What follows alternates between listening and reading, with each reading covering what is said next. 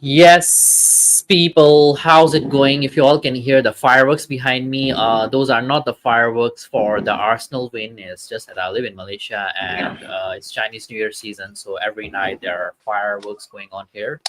Yeah, so we're gonna talk about a lot of things today. First of all, I've got Stefan here joining me to discuss a little bit about the Arsenal game, and yeah, and then I'm gonna cast some of the Tottenham players who are really atrocious. Like I couldn't hold it back. I rarely do post-match reactions, as you guys know, but today was one that I really wanted to give my thoughts in. Because today's loss, I mean, for me, was unacceptable on many grounds, on various grounds, despite the fact that we had the fullbacks out injured. I don't think we can make the excuse for that loss. So we are gonna first of all go for the positives since our North London rivals won the game 5-0 against Burnley. So let's hear from Stefan. Stefan, what are your thoughts on the Arsenal performance today? It was actually, if you watch the game and you read some of the actual stats, we were very clinical. It, it was just Arsenal just scored literally all their and they could have scored. Like Trossard could have had a hat trick. He was, for some reason today, he did not have his uh his finishing boots on. Just a very kind of, how should I say, professional performance. Arsenal didn't play their best every game, although they won 5-0. It was, I don't know, it was kind of just, how can I say, it was just going through the actual motions. Burnley defensively are extremely poor, really, really just so open. And so Arsenal just took advantage. Just if you want a quick reaction in terms of my observations, I would say there are two. Martin Odegaard is back in form. He's been sensational the last three games, and yeah, he looks back to his best in terms of creating chances, scoring goals. He was easily the best player today. And the second thing that is not mentioned a lot is Kivior was immense today. So good defensively.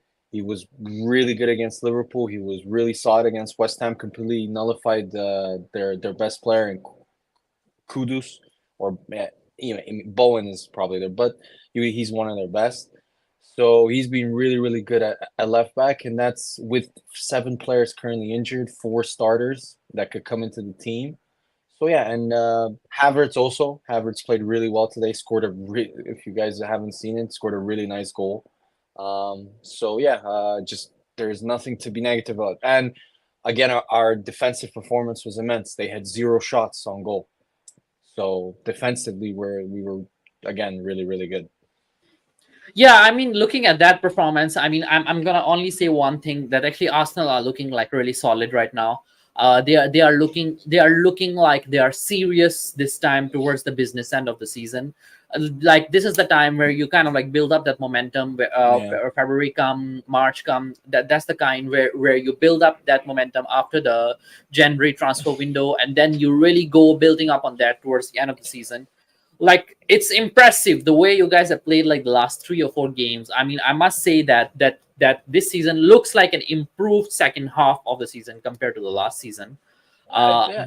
given the results that you are having for now, I don't know, in future you may do something that you I always mean, do. I don't yeah. know, I don't know, but Yeah. looking at the current form, let me just finish. Looking at the Yeah. current Sorry. form, looks like that, yeah, you guys looks like looking at your current form right now, it really looks like that Arsenal are going to win the title. Seriously, like they are looking solid among the top three at the moment. Like No, I I don't mean, think even Liverpool are no, not no, that great. we are. I have said this from the get go. We are a better team than Liverpool. We have proved it. We have played with them three times. Twice, I know we lost in the FA Cup. We were by far the No, better that now team. now that now you're taking the piss. No, I don't think you're better than Liverpool We overall. are. But the last 1 month or so, given your recent performances against Liverpool's recent performances, yes. But as an overall team, I don't think you're better than that. Once Trent comes How? back, once Salah comes back, But I we played don't think against you them. are better than that. Okay, I mean, we've played against them three times. At Anfield, they couldn't do anything against us. Pretty much, we completely nullified them. Got a draw there, took the lead also, and then at the FA Cup that we lost, even the most Spurs fan watching that game knew that Arsenal should have easily won that game based on the chances that they created. And then the last game that we played, I mean, we destroyed Liverpool. We totally dominated Liverpool. So for me, and if you watch today the Brentford game that they won 4-1, extremely flattering again. Like Brentford were on top of them. They scored. They're just ruthless in attack. That's the they have they're really potent in terms of they're very very clinical. But Jota is probably going to be out injured for the season. If you saw the injury that he had, the Davis one does not look good also. So they've got some key injuries. Nunes was also taken off at halftime. So the injuries are piling up for Liverpool, and they still haven't had a bad spell of games, which they will, just like every team does every season. So for me, it's going to be between us and Man City. I really do think I think Arsenal are going to peak, especially once we get all of our players that are all going to be back very very soon, and Partey and Gabriel Jesus and Timber and Tomiyasu and all these players that can easily start. So yeah, it's just to point out what you said. I think Arsenal are going to continue winning pretty much every single game until they play City, and that's 4 games. I think we Until have they play us, well, no City. We play City before you guys, but yeah, yeah. we have Newcastle at home, away to Sheffield. I think. Then I think we're away to Wolves, and then I think at home to Chelsea, and then we play City. The only one that worries me is away to Wolves. We should win all of those games. We should have 4. Newcastle were terrible this year, especially away from home. Sheffield, no comment there. Wolves away is a difficult game and always has been, but we have a pretty good record against them in the last few years. And then at home to Chelsea, we beat them at home all the time. So and they're shit. So I really see us going on like a really long win streak up until the City game, and going into the City game with really really good form. Yeah, Fun. I completely agree with you on that part. By the way, big up Chris, but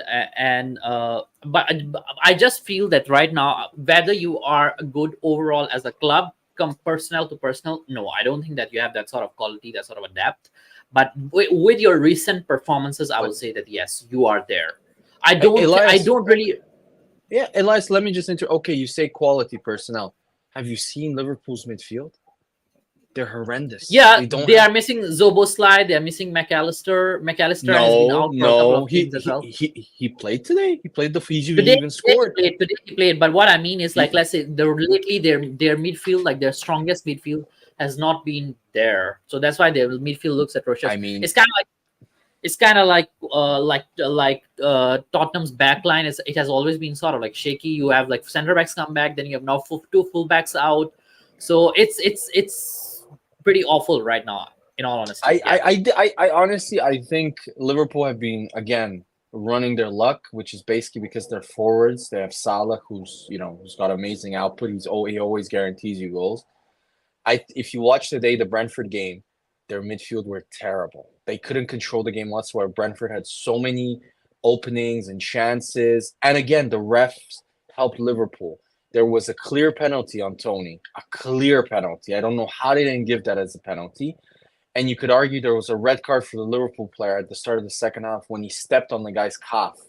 So, and then not only that, Endo should have gone sent off. So they're getting as much help as possible because everybody wants Jurgen Klopp to finish and leave his Liverpool career with an actual trophy. But because I'm short on time, man. I'm sorry, but let's talk about the Spurs game, because let's be honest, the Arsenal 5-0 away, there's nothing to talk about that much. Like there's no Big talking update points there. tricks. Big update tricks. Okay, let's talk about Spurs Oh, games.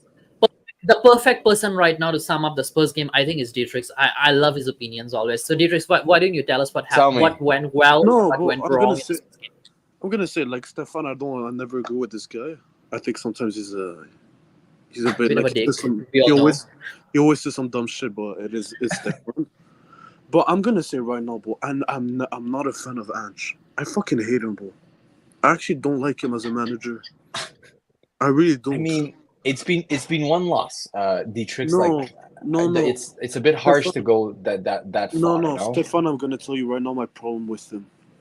Do you guys remember every time when Conte didn't change his taxes, everyone was like, "Oh, this guy's being stubborn. He never changes." I'm seeing the Yeah, same shit with Ange. I agree. Bro, in my lifetime of watching this game, how can you play with 2 inverted fullbacks and leave and play with no DM? And yeah, and And only you and leave only you, and yeah, and only that, Dietrich, play with inverted fullbacks, knowing that the strongest thing that Wolves have is their wingers, and give them not acres of space. You could park a fucking jumbo jet the amount of space Bro, Pedro it's Neto not. had today. It's not. Guys, it's not normal. Even I don't care if Van de Ven has all the pace in the world. You cannot cover for two people at the same time. Or Yeah. actually three. Bro, how the fuck is Romero playing almost as a number 10? I just, And when then we get counter-attacking and the only guy that's left behind is fucking Emerson and Bentancur. no. Bro, You tell me you tell me, Dietrich, that I say dumb shit. I've said it from the start of the season. bro, I've said Romero is so overrated. I've said it from the start. He makes stupid mistakes all the time, every single game. I don't rate him, man. He's not overrated. The problem I have with him is that Ange supposed to tell him if we play the Enver fullbacks and no DM, why the fuck are you going up? Stay as a center back. I don't know. I don't. Yeah, I'll give you. Go on, Elias. I think I have a reasoning for that. I think that he was trying to like sort of do what Porro usually does, because Emerson was awful, guys. Seriously, Emerson was awful on the role that he was playing. I think Emerson was losing the balls way too much, guys, for our defense, and he can't even pass properly. But Elias, that's on the coach. That's on the coach. He knows Emerson doesn't like. I'll give you an example. What Arteta did. Kivior was when we replaced Zinchenko in the first few games, he looked poor because he's tried to play the Zinchenko role, which was the inverted role going into midfield. But Kivior is not as good as Zinchenko on the ball, and you could see he was uncomfortable. So Arteta swung it and instead put Ben White in the inverted role, and Kivior has looked really, really good because Arteta switched it to the fact that he realized, okay, Kivior can't play this role. Let's try something different. The problem with Ange that you see is that his system is the same every single game. It's just as open, and he continues to invert. And if you notice, he is the only coach of that system. It's kind of the Man City system where you invert. If you watch Man City and Arsenal, they play a similar system. They only invert one of the fullbacks. Exactly. They never invert. If one of the it's usually Zinchenko when he plays, and the other one, Ben White, tucks into the defense, and we become a 3-man defense. No, but no. Actually, the same with Man City. At Tottenham, he inverts both fullbacks, and what happens is Van de Ven has to turn into a fucking 400-meter sprinter every single game because he's covering it. Stefan, look at the difference. When you guys invert at Arsenal, you have Zinchenko that plays in the midfield, but then you have either Declan Rice or Partey that play in the defense. So now you're playing with 4 defenders. Yeah, that's true. If something happens, at least you have the man. But us, bro, like, I cannot blame Emerson every fucking time for losing the ball. I know he's not good enough. But how can you leave 2 people playing the defense you play a 2v6 on the counter? No, it's just, and not only that. Yeah, it's meant to. And only that, Dietrich, you're asking for Van de Ven to get injured. Because trust me, next season with European football, if you think you're going to play away from Europe like this and expect Van de Ven to make fucking 150 sprints per game, his hamstrings are going to be gone in like a year. And the thing with his sprints, I know Romero, I rate him as a center back, but he's not that fast. He really isn't. He really isn't. So you're asking Van de Ven to play Romero, fucking Davis, and Emerson's position. Bro, do you know how the fuck you're gonna ruin your quads by doing that? No, and you can't cope with injuries with 1 game a week, guys. I read Spurs have played the least amount of games this season since 2005. So this has been a very easy season in terms of physically. Next season with all the players, Udogie, for example, I've noticed in the last 3 games before this one, he was shattered by the last 50 minutes. He couldn't run. Because he kept going up and down and up, and this type of and I warned everybody. Said Dietrich's made fun of me. I say dumb shit. I told you this is Bielsa-Ball 2.0. I never said better. No, Stefan, I never made fun of you with that. Actually, okay, fine. I mean, Stefan, too many people make fun of you, so you lose. That's true. Yeah, Spurs fans. But I said this is Bielsa-Ball 2.0. It's gonna implode. Teams are gonna once they have enough tape on you. And, in terms of they look how you play, they will figure you out. And that is the biggest thing with Ange. If you go back, if you speak to anybody, to any fans of Celtic, they'll say he's great, but he does the same thing every time, and he never goes away from his defensive from his attacking. For like some of the games, like I'll give one example: the Wolves game that you lost away. The reason why you lost that game away was because of Ange, because he kept telling you to go forward when you were leading 1-0. Do you remember? He kept Yeah. hurrying Højbjerg to take the free kick. Højbjerg hurries up the free kick. You lose the ball. They counter and they score. So the philosophy, I'm telling you, it's No, going to but they implode. they didn't score when Højbjerg came on. They could have scored that game. They did Okay, counter, yeah. but Elias, Yeah. this is going. As I've said, when you guys make fun of me about this, is going to catch up. You will play a team where Son isn't on his game, where Madison, where everybody from the Spurs fan base were shitting on Martin Odegaard in the start at the first half of the season, saying he's No, ghost to shit. guard. He's Yeah, shit. he's ghost to guard. He's this. He's that. Where has James Madison been the last 3-4 games? Yeah, I What? think No, I no. think James Madison is going through a similar patch that Odegaard went through, No, like he's in going the beginning through. of the season. He's going through the exact same thing that I told you that I spoke to. I heard Leicester fans talk about it. He starts really hot every single season at Leicester. He's injury prone. He gets injured, is out for a month or two, comes back, and it takes him 6 to 7 games to get kind of to even click. And it's the same thing. It's literally the same cycle that's going now Stefan, through Spurs. Can I back you with something quickly before you leave? Yeah. You see Odegaard, I don't rate him personally. I actually don't. But I'm gonna give him praise. He's playing well. But my issue with Madison, do you know, like people compare him with like De Bruyne and stuff? For me, he just overcomplicates the simplest shit every time.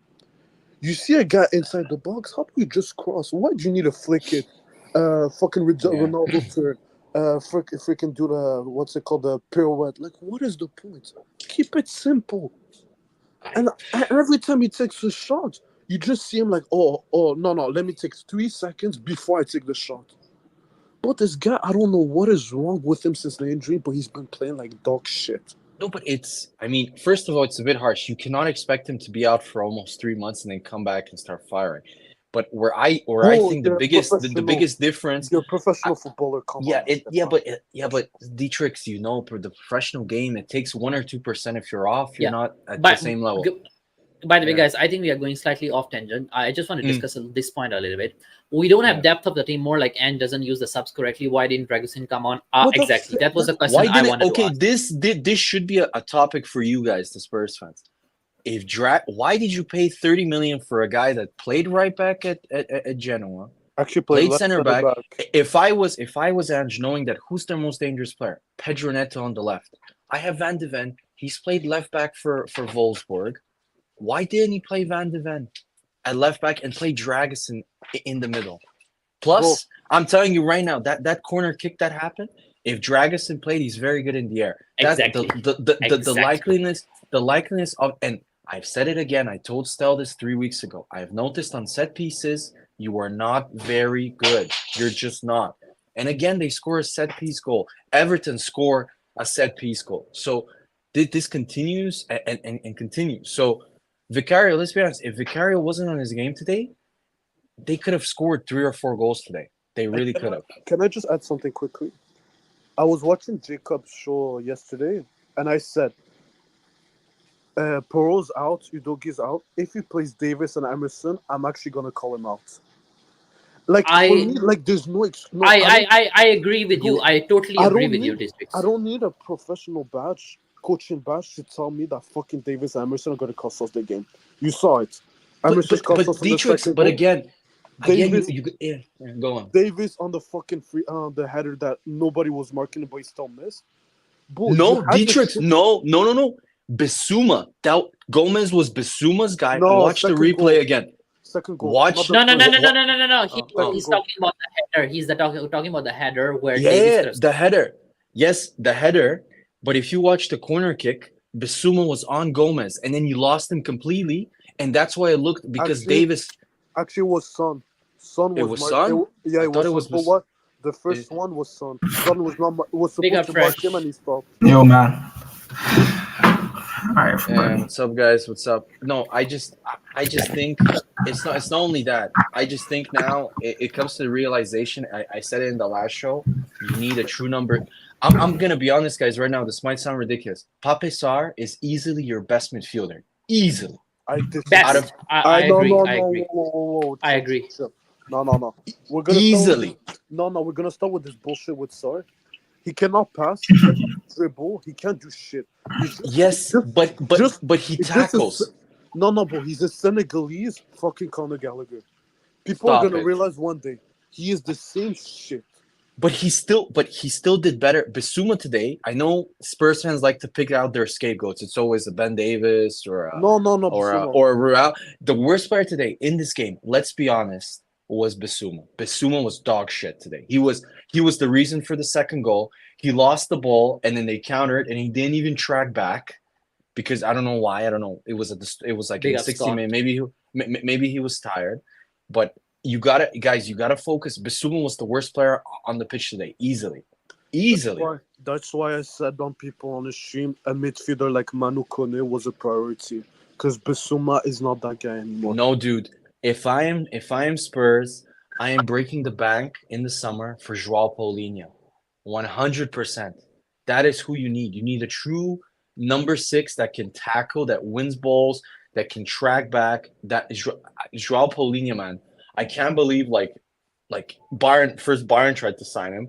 That should tell you. But I'm telling you, Joao Paulinho for me is the most underrated player. Joao Paulinho can easily play for Liverpool. He can play for Arsenal. I don't know if he can play for City because maybe he's not as technical, but he can easily. He shits on all your number 6s because Pape Sarr also isn't a number 6 in my opinion. That's the thing. Yes, Sar and Bissouma both are not proper 6. Bissouma tries to be, but he Bentancur cannot. also. Bissouma is more of a number 5. No, Bissouma but is more of a number 5. even the problem with the number 6 or number 8, whatever number you want to use, they're not even progressive. That's the problem with them. They can't tackle. They can't progress the ball. No, So what are they good at except running? No, I've told this to Elias. Højbjerg has the passing ability to progress the ball, but he's poor technically. He's not press resistant. Bissouma is press resistant, kind of. He's good at carrying the ball, is technical, but his passing is really poor. He's not a progressive passer. So what you have is a mix of midfielders that can kind of play the role, but once you come up against top team, like today, the Wolves team, their midfield is very good. I really like Lemina and Gomez. They're very, very good players, especially Gomez. Gomez is very good. So, and it showed today because you didn't have a person to kind of resist the actual press. But okay, guys, I'm gonna be off because I need to go. Thank you, Elias, for the invite. Yep. Let's discuss a few things. Fresh has just joined us. Fresh, what are your thoughts on the game? On the Tottenham game, Yep. you guys were just outplayed. I feel you guys were poor. Yeah, it's literally just that you guys haven't found. Did you watch the game, by the way? Did you watch the game? I don't watched think so. You did. highlights. So I you watched watched the highlights. highlights. I just saw you go. We didn't watch the game. Of course, you didn't watch the game then. Yeah, But- I was Burnley, man. 4-0, 5-0. Oh, 5-0, I think. 5-0. Like even that You didn't even watch that game, bro. What were you watching? Well, I was working, and then I thought Arsenal played tomorrow. So I heard from my boss that we played today.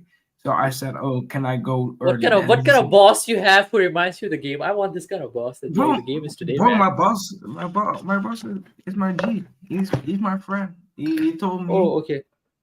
So I totally forgot. So I just Arsenal. I joined Arsenal at halftime, and then I also realized Tottenham played, and then I saw you guys were behind. Then it was the same. And then it was 1-1, and then you guys lost. I don't really know what happened. I know now you came to dance on our graves. So yeah, let's dance on our graves. And the perfect person to give you that sort of atmosphere is Dietrich. I wish at least Scott would join us. Scott, if you're free, why don't you come on and have your say? Since it's like the best kind of game to have your say. Scott, join the show. Scott, join the show, man. I want you to join. Come on, man. Come. Scott, come on, man. No, bro. I'm saying it right now, bro. Given next year, Andrew's gonna get fired. Damn. You're not, I have a strong You're feeling not happy with Ange? he No, will get fired. He will get fired Bro, because Levy always does this. No, because my issue, I hate when people are stubborn, bro. You see, for example, Pep. last season. He was playing away, then he was losing games, and then what he did, he changed his formation, he changed his tactics. Mhm. And what happened? Won the league, won the Champions League. How about we do the same shit, just change a couple of things? You don't have the personnel to play your style. It's literally not possible. Actually, Yeah, I but think sorry, Dietrich, you finish your sentence first, then I'll no, say something. I don't like when people say, "Oh, respect for the manager for playing his way and he doesn't care about the outcome." No, it doesn't work like that. It doesn't, bro.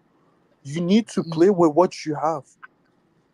For Mhm. Yeah, example, I if I mean, go on a race, I'm not gonna race a fucking Ferrari and I have a Honda Civic. That's not gonna work. I'm not gonna I race agree. against these. I have to change my car. I Or agree. every time I'm gonna lose. But look, we're conceding 2 goals per game. We didn't have a clean sheet since fucking December. Yeah, And I we're talking. completely agree. And I imagine, completely imagine we have a worse defense than we had under Conte.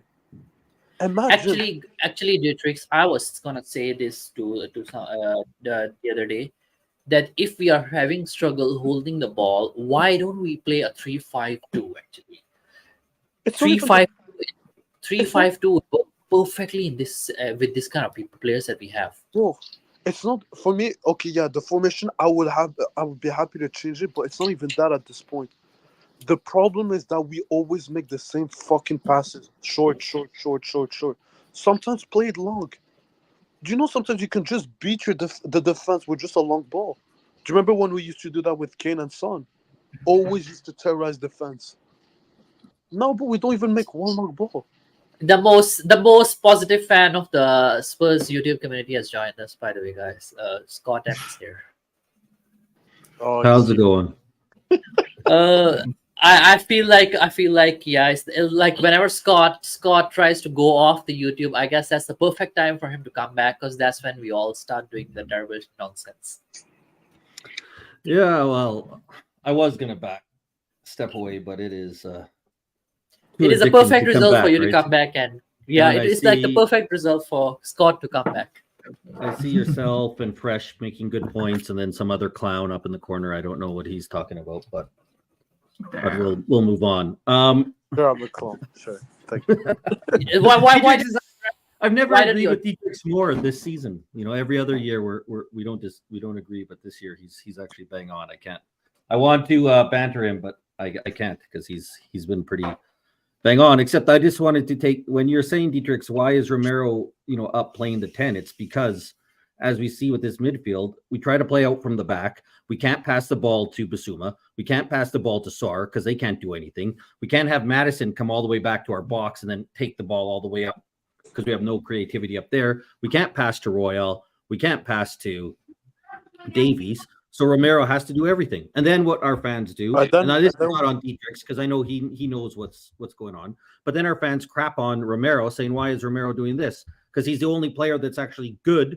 He's the only player that can actually do stuff. And we ignore the fact that he has to do all that because our crap players like Royale and Ben Davies and Richarlison and other guys like that can't do the jobs that they're supposed to do. Yeah, but Scott, I'm not disagreeing with that. I understand your points, but my issue, I'm not saying with Romero's the problem. My issue is that how can you tell Romero to push up, but then you don't tell someone to cover for him? But you cannot play this way with only two center backs left with this high line. It doesn't. No, I don't. We're playing with everybody says we're playing with the back four. We're playing with the back two. Oh, we're playing with the Yeah, back one. actually, we play like We play with the back two, and that- like you said, when Romero goes up, whether Ange doesn't tell them, I don't know why they should tell No, them, but Ange nobody doesn't drops tell back them. to make a back two. Then we're playing with a back one. Yeah, Ange doesn't tell them. That's my problem. Like, for example, Yeah, if Romero pushes up, tell Basuma or Saul drop deep, or Emerson drop deep. But no, guys, do you know what this formation reminds me of? If you remember Ollie's last few games at Manchester United, no, he was but playing that back 2-2-2, that sort of a formation. No, It kind of no. reminds me of that. no, it's not all. It's Radnick. 2-2-2-2, Oh. something like that. Ragnick also used to play that. Yeah, it's No, Radnick. Ollie also played it. Ollie also played it, Dietrich. No, it's Radnick. In some of his final games, he did. No, we used to banter Radnick playing like a 2-2-2-2, something like that. It has to Yeah, But Dietrich, you said Ange is gonna get sacked. Yeah, he is. Yeah. But I Oh, for don't sure. really understand why, because you guys are improving and your guys still over expectations with Okay, your you look at Okay, look at the similarities with him and Conte. Conte came in, did really well. Mhm, People said we're improving. Then the next mhm. season, he got found out and he got sacked. Same thing's gonna Yeah. happen with Ange. Ange is not gonna Wow. change his ways. We're gonna lose, and he's gonna get Minos, sacked. wait for it. Managers are no, the players are gonna turn on him. But then it doesn't mean it's not then the fault of the manager, most Yeah, of it the. is because But It he also said It, doesn't it, matter if it it's the fault of the no. manager. It's It Spurs, is. right? Like, yeah, it's yeah, Spurs. It's Spurs. Levy always does because that. you It just is. said the players were turned on him. Then what can a manager do about Okay. that? What did the manager say? Whoever comes in or comes out is under my command. So you're taking the responsibility for what happens. Mhm. If he shut his mouth, I would have backed him. But he wants to be the big man, the top G. What's gonna happen? You're gonna get sacked. Just wait and see. Wow. Wow, man. Y- Big up, lads. Yeah, I'm back. Yeah, but boy, like Elias, was this a one-off or this has been coming for Come, Spurs? No, I could see it coming when I saw the results. When I saw the injury of Udoji and Poro, I could see it coming. But however, I was a little optimistic because I didn't think that Huang Hichan would actually play this game because he was dealing with some injury issues and yeah, I thought that Wolves would be lot more pragmatic. But in the end, we were the one I think who were pragmatic, and then a lot of things didn't work in our favor. I I don't could think see it Spurs were coming. pragmatic, bro. Spurs were very open today. When I say pragmatic, I think we sorry, I use the wrong word. I think we were a lot more what you say pragmatic in terms of what the players were doing. Like they were trying to figure something out differently, but nothing worked differently for no, them. They weren't Elias. taking risks. The word you're searching is their shit. It wasn't pragmatic. They were just Yeah, yeah, yeah. They were basically shit. Like they were trying to figure something different in the game. Like they were trying to create something, but we looked like very safe. Like we were trying to play safe around there in their ball as well. Like we were not taking the 50-50 chances as well.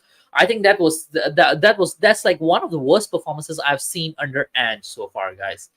I'll be honest. but Like it's even what we've worse than been the Brighton seeing. form. because the thing with me, I've been like it's been coming. Like we won, we win one game, we draw or we lose. We win one, draw, lose. We've been Spurs are very inconsistent, and inconsistent, and every first half we've been shit or we're down 1-0 every exactly. time, and then we come back on the second half, which we Uh, did once again. that's true, Yeah, but Dietrich's, yeah. yeah. But Dietrich's though, don't you think like Ange wants to play high risk football? I We don't care, scored two, we scored three.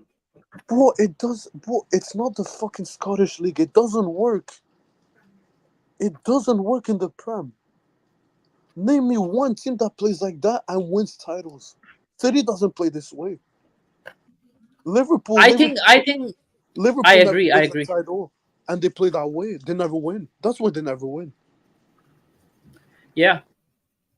I mean, I completely agree with both Dietrich and Scott Why on a couple of Sterling things. scored? Sue! What a goal from Sterling. Who scored? Sterling Is Sterling Sterling scored. Chelsea 1-0. Oh, that's great. Wow, Sterling scored for against City. That's like wow. Is it like his Yeah. first time But scoring against City? Yeah. Yeah. By the way, guys, when we are Miro said it's coming, 100% this has been coming. Like look at our last results. We played it. We didn't play. We were worse than Brighton, or at best you could say maybe an even. And we got lucky at the end that their defense broke down and we got a win. Like we did Mhm. not deserve to win that game. You could say we didn't deserve to lose it, but we didn't deserve to win Even it. even 12 minutes Brentford, against Brighton, even against Brentford, Brentford, right? Brentford were Everton, Brentford, we weren't good. Spurs were very lucky, man. You know what I mean? Like you guys were getting opened up time after time again. And I've been telling man that Spurs, this group of players is trash, and Richarlison can't continue his purple patch. I've been telling man. minerals. It's not the players that are crap. It's the fucking manager playing his dumbass ways. It's not the Well, play. it's both. it's both Dietrichs because the players are like, look, you're not telling me that we have Richarlison out there, that he's good enough, that Davies and not I'm so used to saying Davies and Dier. Davies and No, I'm Royale are talking out there. about, Like, like, no, they're proper- shit. You can't play with them. We've seen No. that so many times. I'm talking And we about. know that we can't play with them, but No, we're I'm still. talking about strong 11 when we won 10 games in a row. I'm talking about that team, not this one. But that team was a lot of luck in those 10 games, Matt. Like that was. Oh no, And Scott. again, let's if let's we can- I let's, wouldn't say luck. But bro. I there wouldn't was say luck. Elias. That's why we've seen that we haven't carried it forward. Even in those games, Yeah. look, one game. Yeah, but one game Scott, against before Spurs where before we the won. Chelsea game, Scott, before the Chelsea game, we didn't lose a single game. That can't be just pure luck. Like But since look then, at the then results. we We weren't dominating teams. We had one You game where want we to dominated. The convince other them. games were close. So Spurs that's should what have I lost mean. to Luton, You're bro. playing You know by what I mean? margins, the thin margins. Spurs were I outplayed think by the Luton. You guys were the just only getting- the only games I can say that we were like very lucky was I think that Sheffield game where Kulusevski scored like a last minute goal, and then the other one was I think that Luton game. I don't think that any other game, maybe the Brentford U- game perhaps that we Man were U lucky to was get the a draw. Brentford, they missed 2 sitters in front. Again, it's not mean that we should have lost every game 10-0. What I'm saying is those first 10 games, we weren't like we're running rampant over teams like you see City Mhm. does at times when they go on their runs. Yeah. Those were all close games where they're very tight. So now that we're not getting those breaks that go our way, we start dropping points. Like we weren't a team that was, everybody wants to say at the start of the year, we were the best team. They want to try to pretend that our starting 11, if we have our starting 11, we can beat anyone. We're the best. No, we aren't. They aren't. Even with our healthy starting 11, which is an indictment on the team. If you can only say is we need a healthy starting 11 the whole year, that never happens. That doesn't happen in the Premier League, right? Actually, it did. Yeah, It did. I particularly criticize Ange and Levy for certain decisions that they made actually this season. I would say like you know that you lack depth in your fullbacks as well. Then why did you actually first in the first place sold what's his name Reguilon? I think Reguilon, even though he's bad, but he is way better defender than the freaking what's his name? Spence and Davis. Yep, I think there's somebody in the Listen. Is it Mari? Is it Mari? I think so. It's Mari. Yes, Mari has joined us as well. Big up, Mari. I've got royalty today joining me. I'm honored. What are your thoughts on the Good.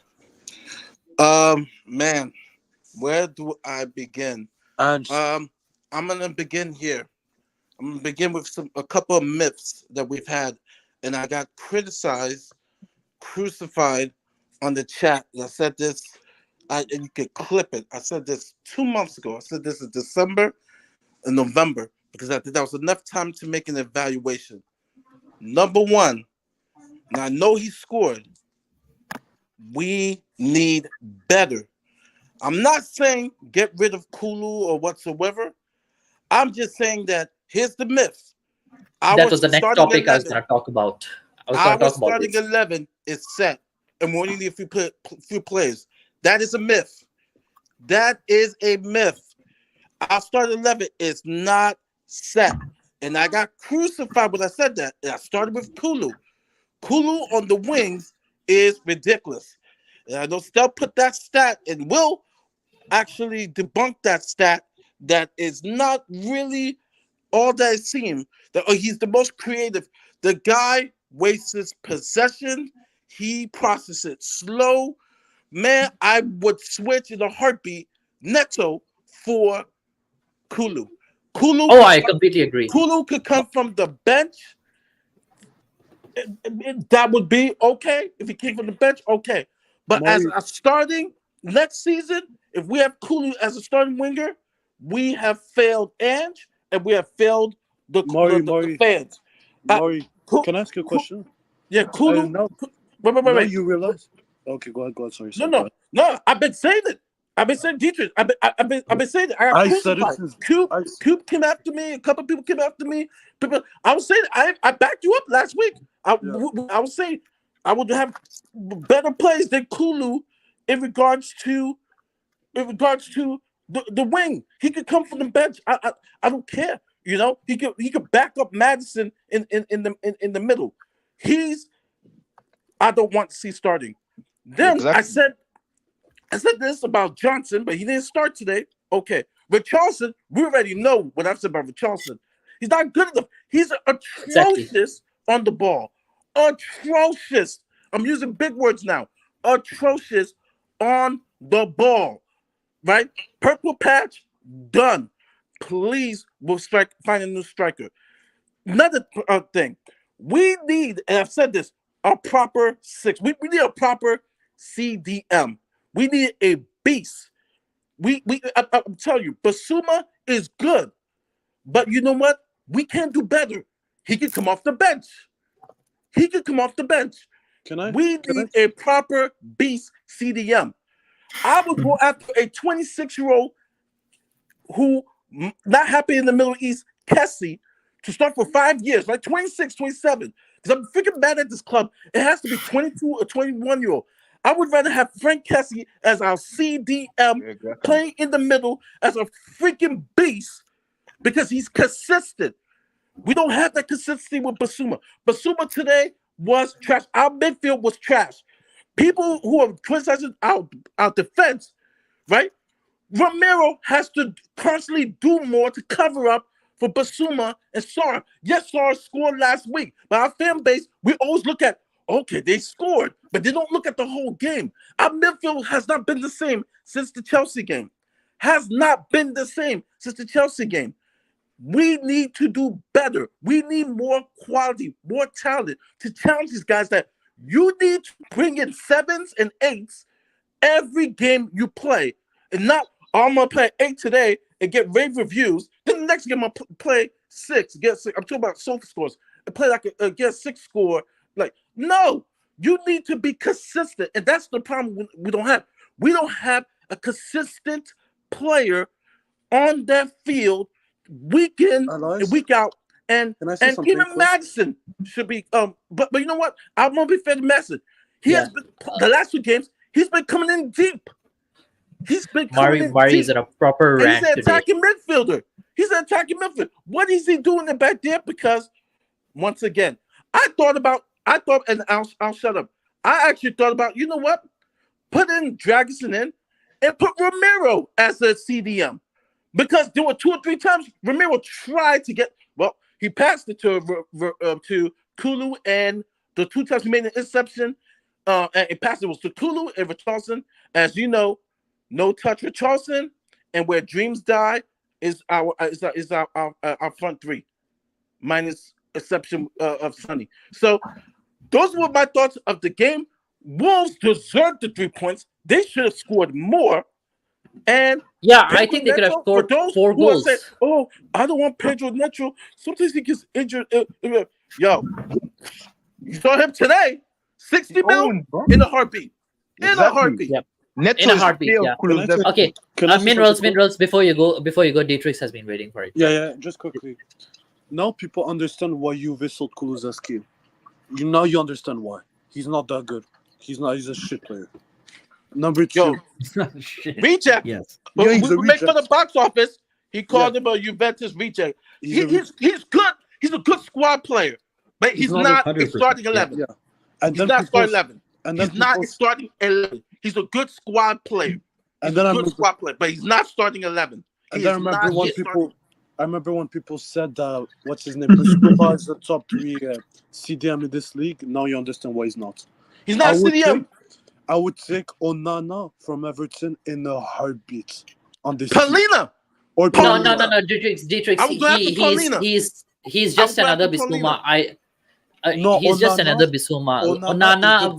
Onana is the definition of someone that's gonna break the play every fucking time. That's Onana. And I'll go after Paulina. Paulina is good. Paulina too. Or actually, why I don't get it. Like, why didn't we sign Frank Kessie? Because we were very near that deal, and their asking price that they were asking, was it Milan or Barca? They were asking only about like 15 mil for him when he went to Saudi. Like, that was like a proper CDM because of his deal and all that. It was like 15, 16 mil, and Levy even didn't want to pay that much. If you watch the Ivory Coast game, actually in the AFCON, guys, you will see that that Frank Kessie was the kind of player who led Ivory Coast with a man down. Actually, he led Ivory Coast to the victory. Yeah, how good that he is as a player. That's why I mentioned Kessie. That's why I mentioned him. And people are like, well, no, now he's turning 25, 26. I'm like, what is wrong with having a 26-year-old for 5 years, right? Exactly. If it's a 5-year plan for Ange to have him play from 26 to 31. Heck, Conte played for Chelsea till 34. Like they signed N'Golo Conte. He wasn't 22. He was at that mid. Like I don't understand our recruiting philosophy. What is so wrong signing a player who's proven quality at the age of 25, 26? He is too old. Like I hate what they could do. Oh, this person's 28. They still could play. Look, Because we're not signing guys for football reasons, Mari. You know that. You know it. We're not signing him for football reasons, right? We're signing him so we can sell him on. And last thing when Maurice said we don't have any consistent players, the only consistent player we have in this team is Vicario. He's the only one. Yeah. He's the only one. Week in, week out, he is at least an 8 out of 10, 9 out of 10 minimum. But you see, that's how you win titles by having consistent players. Unfortunately, we don't have that. Sarr's not that good. Bissouma's not that good. Kulu's out. And I'm watching City play Chelsea, right? If you look at Romero, because those who were last week, I had to defend Romero because he was trying to help with the offense attack. When he has to do more to help the midfield, he was mad today, right? He's probably thinking Ruben Diaz doesn't have to do this much. Saliba doesn't have to do this much. He's thinking that other other center backs don't have to do that much. Everybody's glowing by VDV, who's doing great because VDV is making those like awesome tackles whatsoever. But what they're not noticing is Romero is trying to step up and do more for the lack of the midfield. And yes, if he loses a ball once, right? Oh, but all the other times he's done great. He shouldn't even be doing that. So that's why I said, today he might as well be he might as well be the CDM. He might as well be a CDM because we don't have one on the field. We don't. And do you remember when people compared what's his name, Jan and Toby versus Van de Ven and Romero? I'll say right now, I think Romero and Van de Ven are better partnership than Jan and Vertonghen. Think about it this way. Jan and Vertonghen, they had Dembele, one of the best DMs that ever played in this league. In front of them. They had a healthy Victor Wanyama. Remember before Victor got injured? Yeah, Victor Wanyama. And Wanyama in front. A beast. That was the good old days when we had him, Dembele, like Toby and Jan. Of course, they didn't have to worry because when you have two dogs in the middle of the field along with Eriksson, you don't have to worry. You don't have to compensate. That's what I'm calling Romero compensate because he has to compensate most of the time. At the first 10 games, we weren't seeing that, right? Remember, he didn't have any tackles, any fouls, right? That was right. That was the epiphany. Like that was the what's the word? That was the good old days, but that was a blip. Those 10 games were a blimp because now we're seeing the last 18 games. We're seeing those first 10 games were that was a mirage because right now with this midfield, Bissouma and Sarr, like I said, we have not seen that consistency since the first couple of games of the season. And everyone was cussing Conte when he didn't play Bissouma and Sarr. Now you understand why. Now you first. No, but I agree with everything you say, have to Mari. understand that Bentancur and Højbjerg haven't been that good as well lately. No, so it's either or sort of a situation there. No, but at least you understand why Conte never trusted them because actually I can see that point. Like I'm not saying they're terrible players. I'm just saying like now you understand why they never played together because both of them are like a bit of bozo. One of them doesn't. One of them always loses concentration. The other one just isn't that good technically. And Sarr's not good on the ball technically. Yeah, he's young. But he's not there yet. No, he's not that young, bro. 20 years old, you're old enough in football, man. I mean, it's never an excuse nowadays. Like they have youngsters doing really well in other leagues. Like look at Jude Bellingham, for instance. They are like there's no limit to your potential regardless of your age. Like but the difference is Bellingham played a lot of games. Now Sarr hasn't really. He No, played. Sar has had loan spells as well. He played Yeah, there. loans, but he hasn't stayed like at a club. Bellingham has. No, And no, it's no. also where Bellingham played and where he learned. He learned at Borussia Dortmund. I kept saying this, and maybe Scott could back me up, and maybe Dietrich remember I said this. When I said loan Dane Scarlett, I said loan him to Borussia Dortmund because with his raw ability, he will be developed into a player if you go to like a club like Borussia Dortmund. Bellingham went to the greatest place to learn his trade at Borussia Dortmund, and the way they play, the style they play.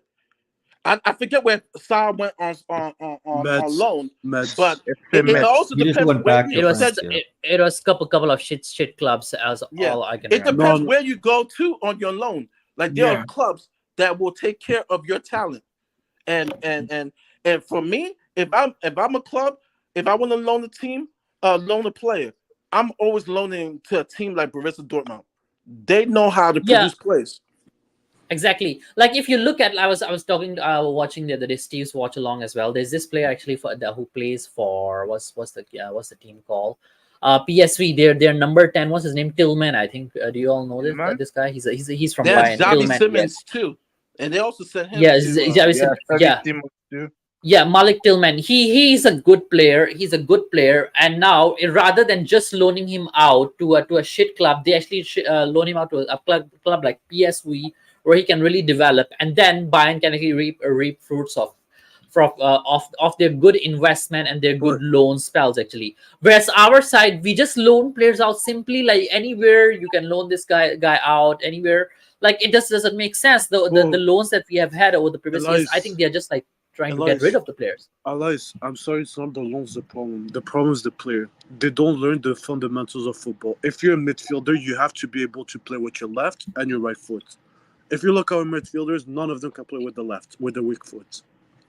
But Or you just need it's unacceptable every time Sarr receives the ball, you just see him struggling with his right foot. And that's his strong foot. Yeah, we've seen it. It's seen it nowadays more than ever. The best teams. Why is City the best team? Because they have Rodri, who's a beast defensively and can be on the ball all the time. Why did Leicester? One of the big reasons they won because they had Conte who could do both.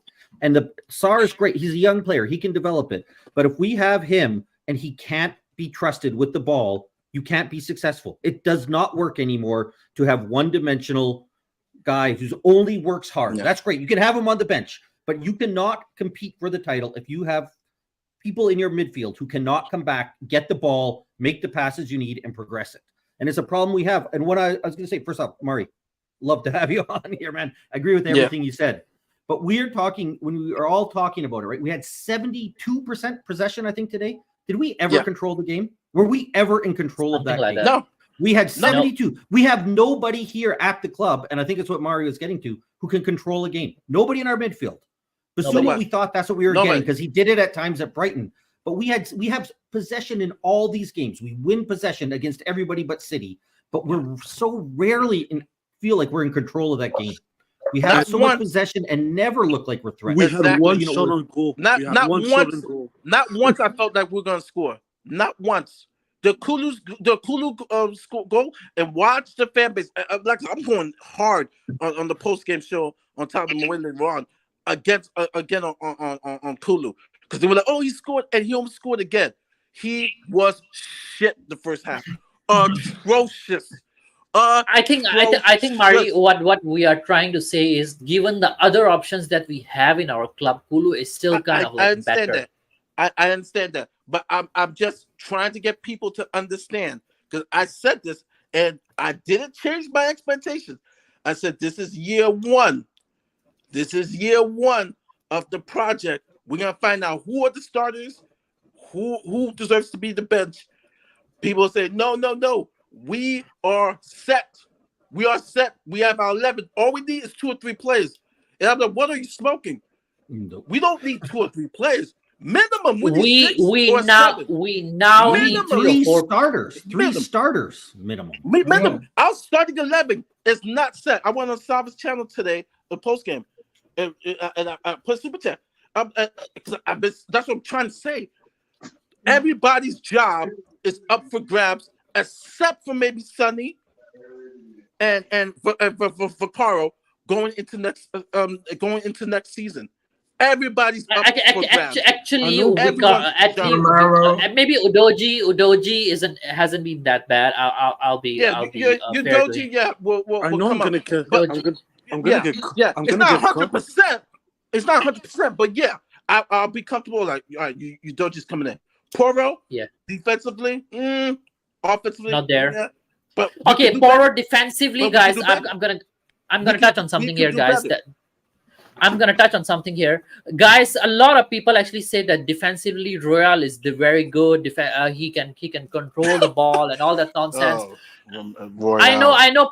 Poro is not good defensively, but what I saw from Royal today, I don't want to ever see a guy play for this club, whether it be even in like a cup competition or whatsoever. I just don't want to see. I want him gone by the summer. Like, this is the time you may get like 20-25 million or something like that for him. Sell him. I don't want to see him around for this club next season, guys. Royal He's is not not good better enough. defensively than Poro. He's not better Yeah. defensively. I'm not going to hear it No, anymore. it's not. He's not better he's- defensively than Poro. So, like, Can do I not, say- I yeah. hate Can I that say- narrative. Can He's I say not something? better. I know people are not gonna be happy with that, but even for me, the left back needs to be upgraded next summer. Because even for me, Udogie. I'm not saying Udogie is a bad player, but I think we can do a lot better than him going forward. Because for me, Yeah. he doesn't Someone bring a needs to lot. challenge him. Someone needs to challenge him. We 'Cause, need like, a player. Exactly. Because We he's need a not player. bringing. That's a what lot. big clubs do. That's what big clubs do. They have That's what depth big in clubs every do. position. You're spot Yeah. on, Murray. I mentioned Brighton over the transfer window signed. You guys know I watch a lot of Boca Juniors game. They have a kid named Valentin Barco. The Yeah, kid Barco. is He nearly talented, signed for PSG. Even PSG wanted him. super talented, right?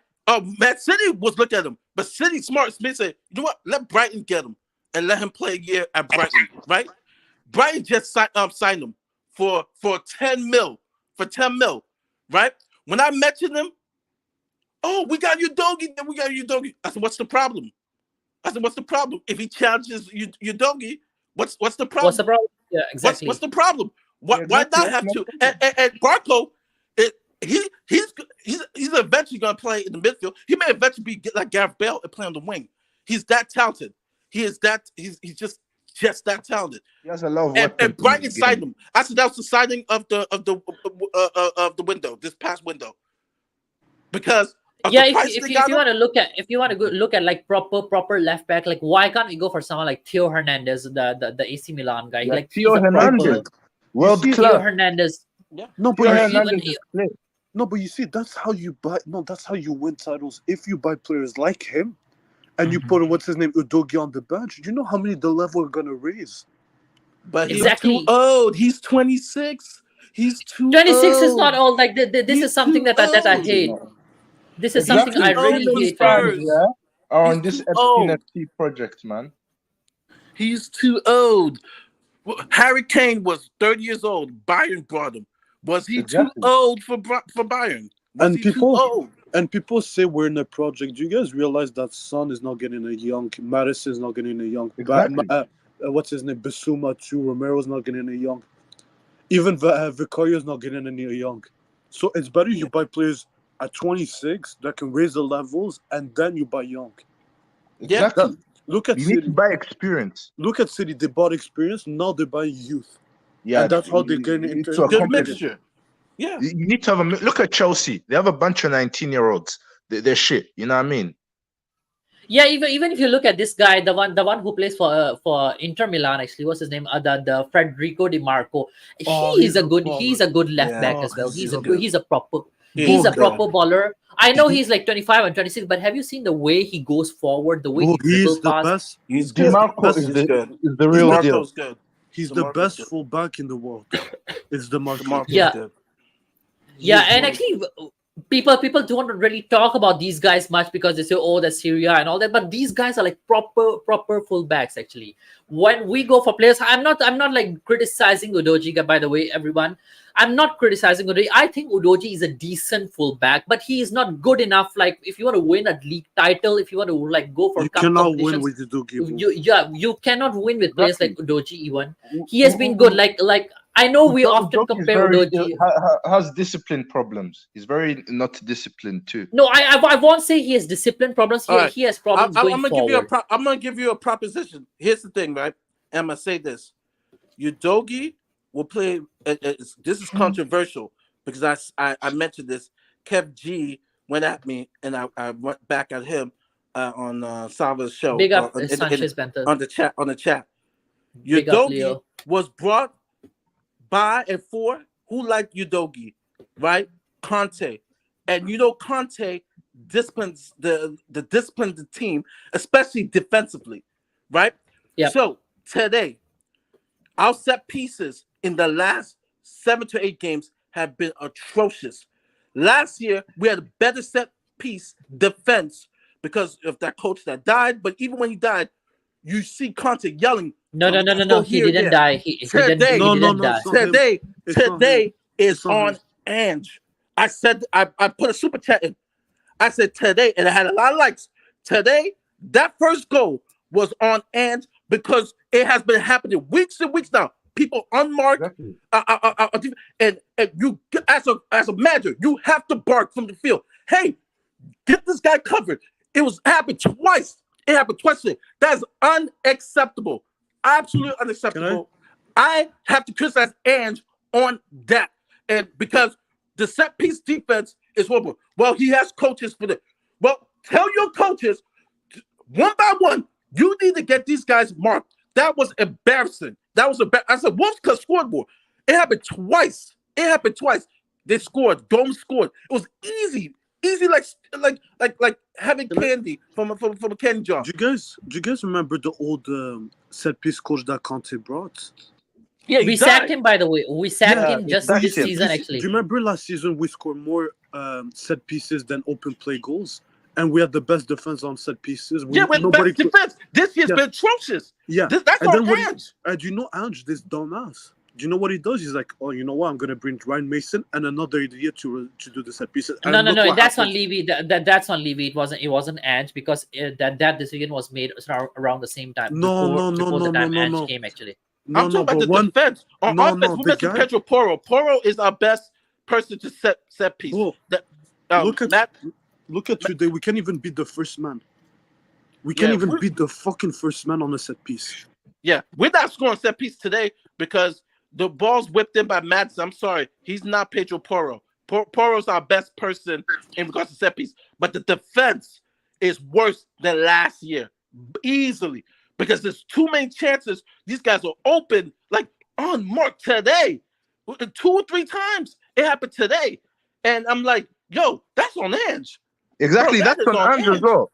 But in fairness, though, I'm looking at a perspective where Mari, don't you think that Ange doesn't care about defending and he wants Spurs to play basketball every week?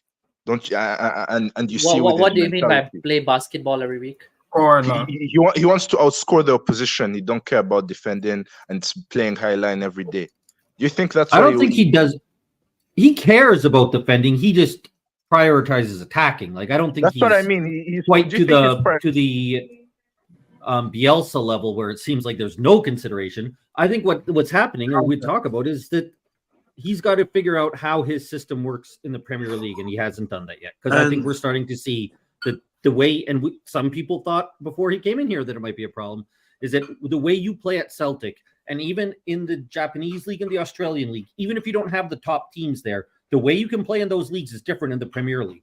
And whether people want to think the Premier League is the hardest league in the world or not, what it is those bottom teams aren't gimmies. There's no weeks you get to take off. You don't get to have a week off. You have to go 100% all the time. And by the way, guys, we're able to defend the way Ange wants us to, going 100% every week, relying on the same. Let me add on.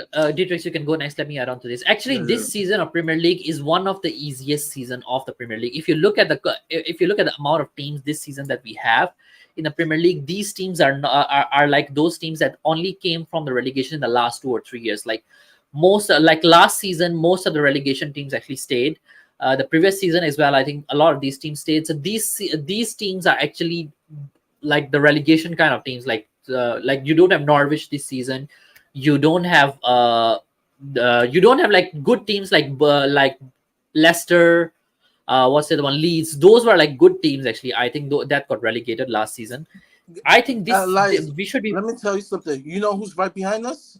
If they beat Luton Town, United. Manchester United. United yeah, is Man right United, behind us. good. Yeah. United. Actually, Actually- I was telling United fans that you can't catch us, but what I saw United. today, it looks like that they may be able to even catch us. I was actually telling the United fans that you may not be able to catch us in the top 4 Yeah. race, but looks like they A may. month Yeah. ago, I would have told you, Yeah. not happening. They're now, if they beat Luton Town, they will be 3 points behind us. Exactly, and that's gonna put pressure on us. Yeah. By the Can way, I- guys, I make add sure you guys something? hit the like and subscribe button. There are 4 or 5 of you who are watching still. Big up to all of you. And Yeah. the only time Ange really got tested, if you watch him when he was at Celtic in the Champions League, when he was with played against Real Madrid, the guy finished dead last in the group, and he conceded so many goals. Exactly, they were getting And that's opened the up. kind of manager we bring at Spurs. That's what I mean. That's what I mean. That Bro. Ange cares only about the attack. Bro, That's- like the famous saying, attack wins you games, but defense wins you titles. Ange doesn't give Yeah. a shit about defense. That's what I Yeah, mean. but Dietrich, I would say one thing that really pisses me off is actually our fan base. Our fan base last whole season were on about this. Oh, Conte is so defensive and all that. And then we got attacking minded managers, and now they're like, oh, he plays the highlights. I'm not gonna call names here, but again, you always need a bit of a balance actually Bro, between the the two, and that's why perfect- I was having this argument with someone. Just let me finish this. I was having this argument with someone. I was saying that actually there are 3 elements of the game where you need to be extremely good in if you want to win titles. Your defense must be good, your attack must be good, both of them must be good. But also the third element is your control of the whole game, for which you need like players like Rodri, Polinia. You must have the third element of controlling the game in the middle of the park. If you don't have all 3 that departments that you're good at, you actually cannot win titles. Yeah. I think right now we have like a decent defense, but it's not doing that its job. But then your attack is atrocious. Your midfield is like mediocre. It's not going to do the job for you. Trust me. Can I say something? That's can I just- funny. That's funny. Yeah, all Mari, those- let Dietrich go. He's No, been waiting just for a add while. something quick. You know when you said the defense looks good and another goalie keeper look. If you put this team on FIFA, I swear to God, you can find better upgrades on the defense. I'm not even joking with that. You can find a better left back, a better right back. Bro, I just named a few Oh good my goodness. left backs for you. Almost 2-0 Chelsea. I said it earlier. I think Chelsea might win this game. I can see that Chelsea is getting that form Poch back. knows how to beat City. Poch knows. Poch knows that as That's well. what I'm about to say. I'm laughing here because Chelsea is actually like United moving up in the charts of the Premier League. And the funny thing is, and I mentioned this on the show, if this team somewhere somehow win the 2 domestic cups, like that's going the last laugh. Poch is going to have the last laugh on a lot of people. Because right now it seems like Chelsea's finding form. I'm watching the game right now. I'm looking at it. Chelsea is giving City problems, and it's a young team. It's a young team, but Poch. Remember, because I criticized Poch the first time he came at Spurs. I'm like, what is this?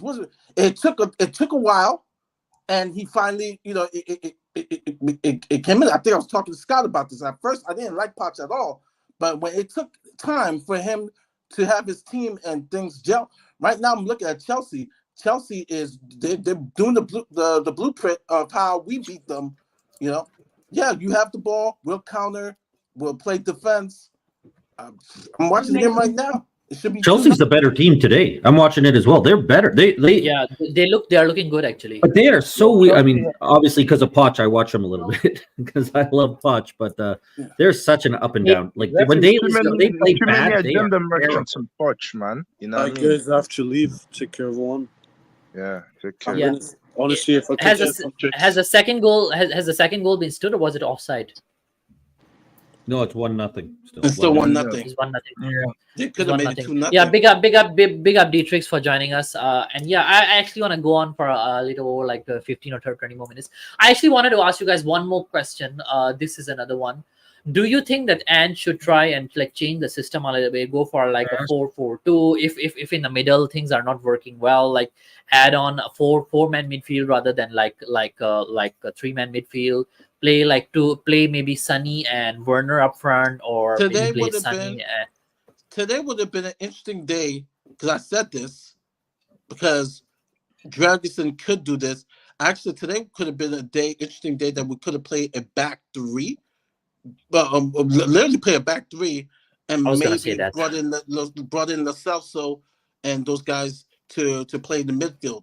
Like seriously, I'm like today would have been when I knew that Udoji and Poro were gonna be gone. I said, why don't we just play a back three?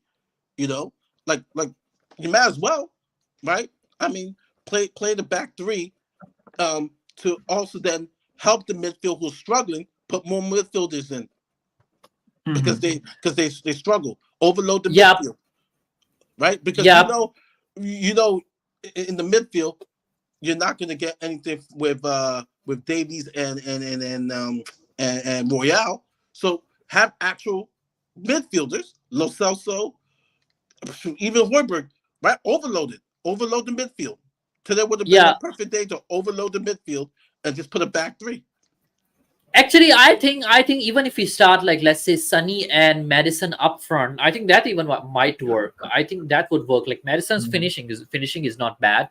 If you put in like a 5-man midfield of let's say if it's three, you happen to have like what's his name? Sorry, Dragusin, WDW, and Romero, and then you put up front maybe like let's say on right back you put like Emerson, no choice if even if you have to put him there, and then left back you put like Davis. In the middle you can put Lo Celso, Bissouma.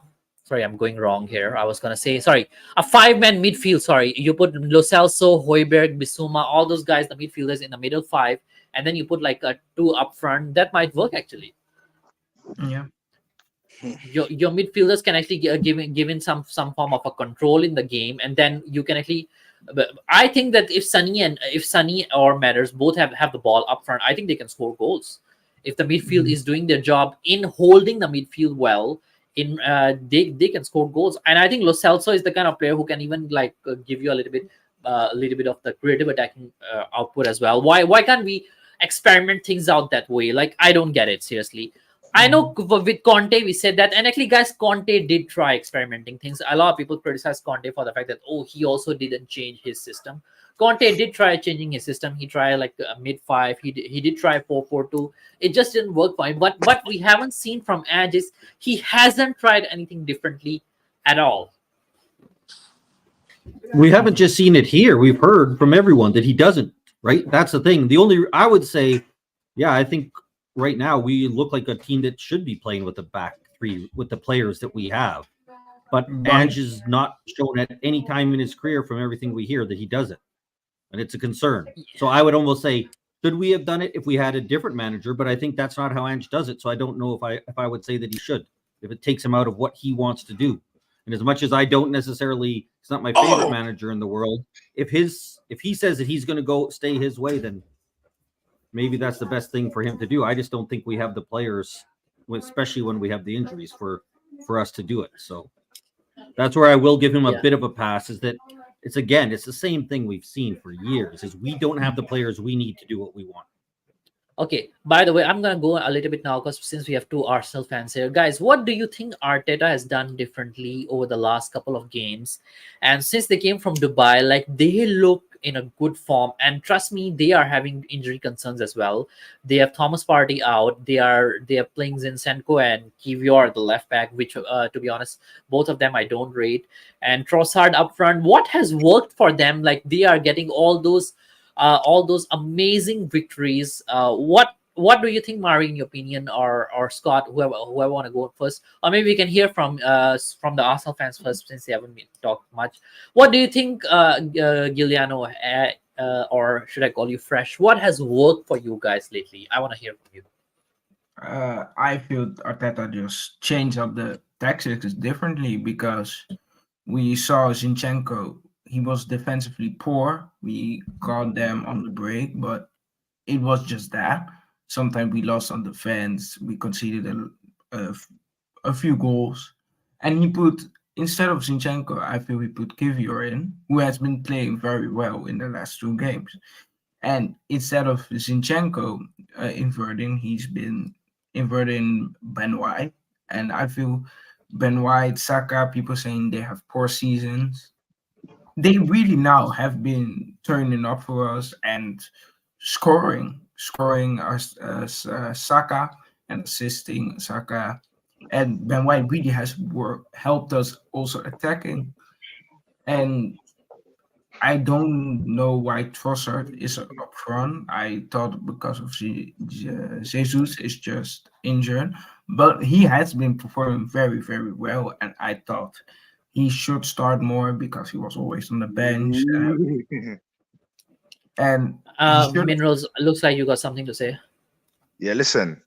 Like I think it's the change of tactics and the Dubai trip and Kirio left back, because Kirio is better defensively than Zinchenko. So that's why I feel like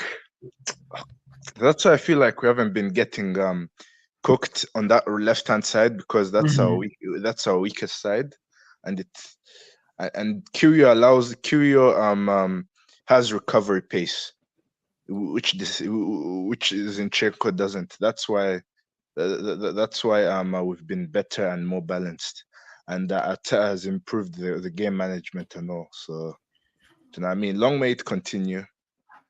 Yeah, I hope so. I don't hope so. Mario, what are your thoughts on Arsenal's recent form of good victories, like convincing victories? Some people are saying like maybe the Dubai water worked for them, or like the Salt Bay magic or whatever. I don't know. Like the Salt Bay has landed the minerals on them or whatever. What do you think?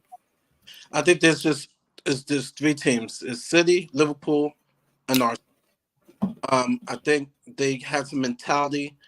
I said this on Thursday night. Show some mentality coming back after a big victory over Liverpool and just dominating, because normally Arsenal will drop points.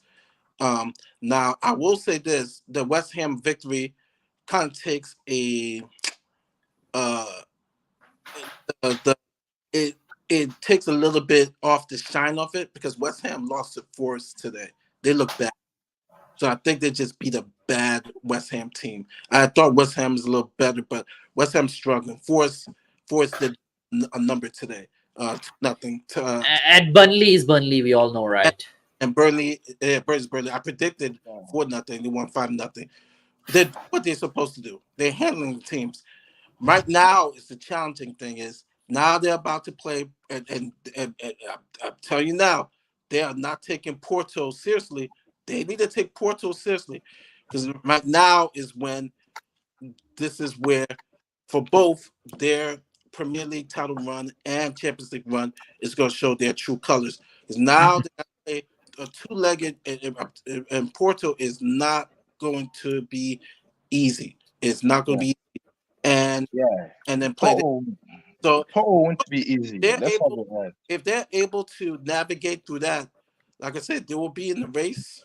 I still think City's going to win out, but they have a chance. They have a chance to win it. Are they going to win it? I don't think so. But I'm not too sure, because a lot of your fans said that, Mari, you're one of the Spurs fans that said Spurs are back and just landing the minerals and all, right? And if Spurs sign what did I say? Because you got to be very careful, because you could go back to the tape. I did not say Spurs are. I never said Spurs are back. Back from what? That's the question. Back from what? Scott could be my backup. My goals, the expectation was top 8 and an identity going forward. I never said that this team was going to win the league. I never said this team was better than Arsenal. I never said that. Yeah, Murray and I have disagreed on a few things this year, but he's never been over the top. He's not been one of the ones who are saying we're winning the league, we're the best, we're back, we're that. No, he's been measured in Yeah. in his analysis of the team this year. I have never said that. I've always said the best after the 10 games. Okay, maybe we could be finished fourth. And the only reason is not because of us, it's because of the rest of the league is struggling. Chelsea United, and I just said they're doing better. I said, United's coming. Same thing with Villa. I said, as a matter of fact, me and Box Office is the only one that says the league is bang average. I think the league is weak. If we get top 4, it's because the league is weaker. So I've never said anything that was outrageous over the top. I know my team. We're good, but we're not good enough for what the fans. We're overachieving. Let's just say we're overachieving this first year. Yeah, exactly. You're overachieving at the moment, and you can only hype it up. But Guys, give me a minute here. I think we're overachieving based on last if season. you look at where the standings are, 4th, 5th, we thought we'd be lower. But I think, like Mari said, I don't think we're overachieving when you look at what the other teams are doing. Like, this is not a strong Man United team right now. They're getting better. Chelsea's down. Like, I think if you knew that the teams around us would be this poor, you might not have had such low expectations, right? So, yes, if you came in here, you're saying, we're 5th, that's overachieving where we thought. But I think a lot of it, as Mari said, is the league is not where it has been in the past, and that's helping us out a lot this year. Yeah. When it comes to Arsenal, sorry, I didn't get a chance to say anything about it. And I don't want this to come across as being a bitter Spurs fan, but I think we knew this about them. Like, this is what we knew about them. They can win. When they're doing well, they can go well. We saw it last year. My question about them will be, what happens, in these couple games, they've got some leads and built. What happens when they're in a tough game and they're down by 1 goal? Can they come back and win those games? Because that's where I think they fell off last year, right? At the start of the year, things were going really well for them and they were rolling. But once they started to get a little bit of adversity near the end of the year, they didn't have that quality that City has or Liverpool had when they win the league, where they come back from those games. And that's what I want to see. If we start to see that, we see Arsenal go down 1-0 and come back and start to win those games, that'll show me that it's a different Arsenal. Exactly. It's about right now, credit for them about, for winning the games, because you have to win the games you play. But I do think that what they've shown us is that they are good. When things are going good, they can roll. Yeah, it's all about adversity and all and mentality. But I think one element is gonna be why this Porto game is very important. Like, this is your first Champions League run in like 6 years. Yeah, in like 6 years. So if you were to crash out here in the last 16, that mentality goes also into the Premier League. That disappointment that goes into that, then you again sort of like didn't do well in Europe. So that sort of mentality would affect your Premier League run as well. And if you also like continue to go far, like let's say what Stefan says, you're going to reach the semifinal and all that. If that happens as well, which means that there will be a lot of weeks where you will be playing like 2 games a week. So that's going to affect you physically. So either way, it can come in the form of a curse or a blessing, really. Like there's no concrete way where you can say that, this Champions League thing is a positive or is like a negative. Since we are talking about Champions League, guys, what are your thoughts on Bayern and the Hurricane curse following him there? I'm just curious. Scott, what do you think? Yeah, I mean, obviously, I'm a big Kane fan. One of the things I'll say about when they're talking about Kane being the curse is I have to check, but halfway through the season, they were on pace to have more points than they did last year when they won the league. I don't know if it's a Harry Kane curse that Bayern, like the difference between last year and this year and other years is that Leverkusen is playing at an insane level. And that's got nothing to do with Harry Kane, right? That's out of his hands. As for them, they lost 1-0, right? Away to Lazio. Like, it's not. Sometimes I think people are making it out to be a pretty big deal. Like, if they come back and win 2-0 at home, would that be shocking? No. So I think it's a little bit early to say, it's the Harry Kane curse. It's an easy argument to make. And Mari's heard me say this before. Kane's a loser because other players in England miss their penalties, right? If Saka, Rashford, and this is not an attack on them, I'm not getting into it, but if Saka, Rashford, and Sancho all score their penalties, Harry Kane's the captain of a team that won the Euros.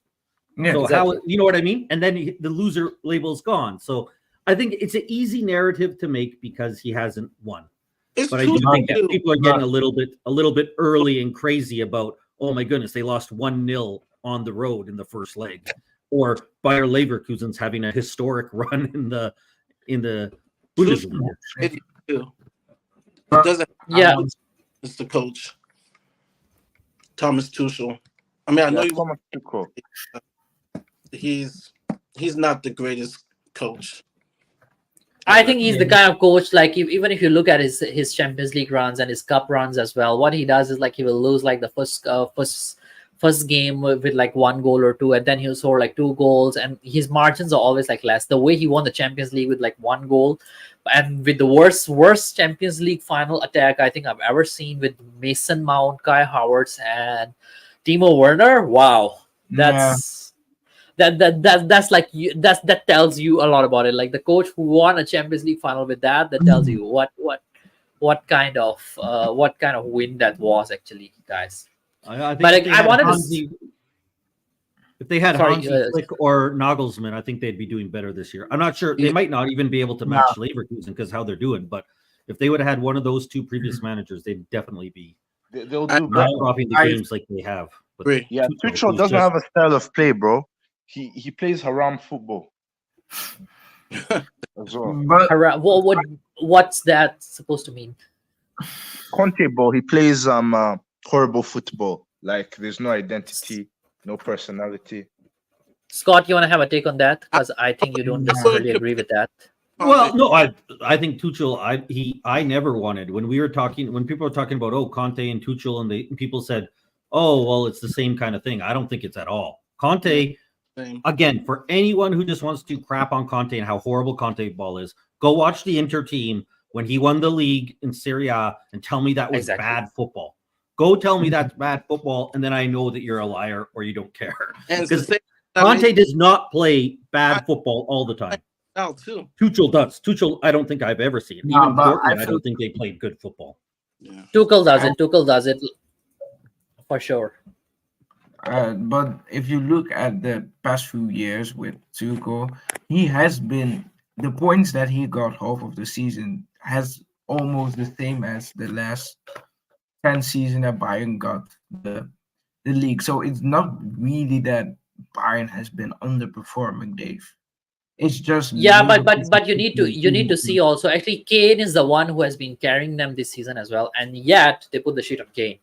The Yeah, amount but of When scores. you watch their games, they are. You're right. They are getting results, but their games are dreadful to watch. That's what I Like, mean. they are That's really what I mean. relying That's on what- Kane and Sane to be pretty amazing. Kane and And Sane there's other players that should be adding more. That don't. and Chicken Musiala to win games. and Eric Dyer as well. No.